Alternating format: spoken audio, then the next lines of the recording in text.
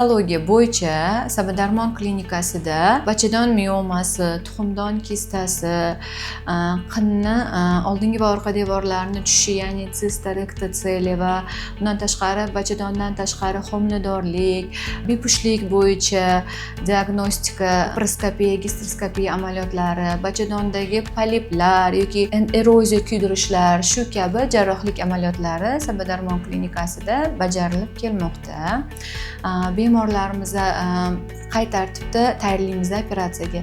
Bemor bizga murojaat qilgandan keyin ularni bir qancha tekshiruvlardan o'tkazamiz. Bemor bizga keldilar, ularda ham mioma bor, ham kista bor va bachadondan tashqari ko'pincha kistalarda, opuxillarda ozgina diagnostikalar qilish qiyin bo'ladi. Shunaqa holatlarda bizda MRT, MSKT tekshiruv amaliyotlari ham bor.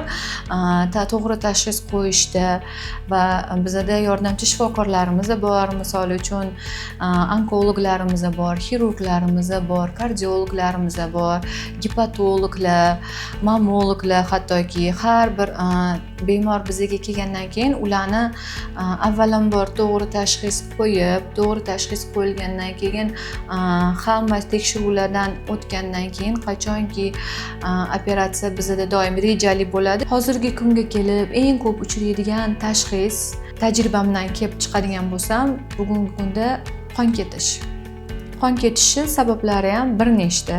Eng ko'p uchraydigani o'sha bachadonni endometriy qavatini o'sib ketishi yoki bachadonda uchraydigan poliplar yoki bachadon bo'yni eroziyasini qonashi va undan tashqari homiladorlik bo'lib, homilani o'sha bola tushish xavflari bo'lgandagi holatlar ko'p uchrayapti. Klinikamizda bepushtlik, og'riq, hayz siklidagi muammolar, umuman olganda ayollik muammolari sizga tinchlik bermayaptimi? Sabadarmon klinikasiga ginekologik jarrohlik amaliyotlari zamonaviy va xavfsiz usullarda olib boriladi. Malakali ginekologlar tomonidan laparoskopiya, gastroskopiya, endometrioz va kistalar bilan bo'lgan muammolar, bachadon patologiyalari ilg'or texnologiyalar orqali ham kam jarohat bilan tez tiklanish imkonini yaratadi.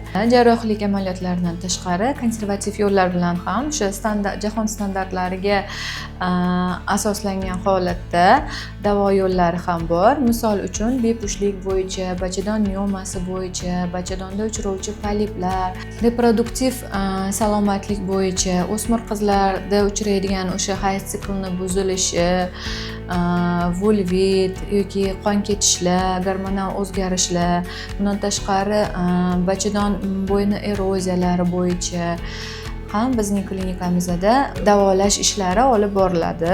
Doim bizga kelgan bemorlarni biz har doim chuqur tekshirib, tashxisni aniq qo'yib, avvalambor konservativ davolashga harakat qilamiz. Qachonki o'sha jarrohlik amaliyotiga olamiz, qachonki bemorda konservativ jarayondan, o'sha konservativ davodan natija ko'rmasak, biz shu bemorga o'sha jarrohlik amaliyotini taklif qilamiz.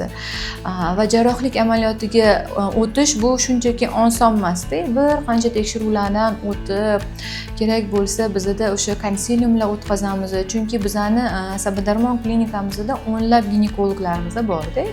O'sha professorlarimiz bor, ustoz ginekologlarimiz bor. Ulardan bittasi o'sha Vandish Muhammedovna, Margarita Lvovna, Jahongir Jamalovich, professor Saidkariyev, Bernurat Kamiljanovich, Ra'no Sakiyevna, ustoz ginekolog shifokorlarimiz hammasi yig'ilgan holatda konsiliumlarni o'tkazib, tashxis aniq bo'lgandan keyin kerak bo'lsa onkolog xirurglarimiz bor, ularni yordamga chaqirib to'g'ri tashxis qo'yib va oxirgi chora o'sha operativ davo bo'lgandan keyin operatsiyaga doim shunaqa xulosalar bilan kelamizda. Bir pasda keldi bemor, mana mioma ekan, operatsiya deyish kerak emas. Operatsiyadan oldin o'sha kerakmi o'zi shu operatsiya yoki kerak emasmi? Shunga e'tibor qilib keyin operatsiyaga olamiz. Bizning asosiy maqsadimiz o'sha Sabadarmon klinikasiga kelgan har bitta bemorni davo topib ketish. Jarrohlik amaliyoti bo'ladimi, konservativ bo'ladimi, eng muhimi to'g'ri tashxis va vaqtida davo.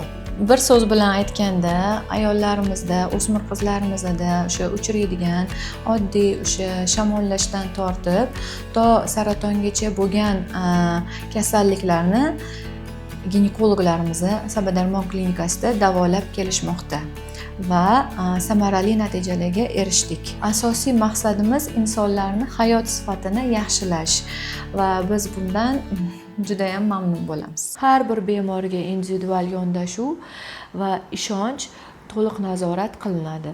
Siz ham sog'lom va baxtli hayotni boshlashni istaysizmi? Sabadarmon klinikasiga murojaat qiling va o'zingizdagi muammodan xalos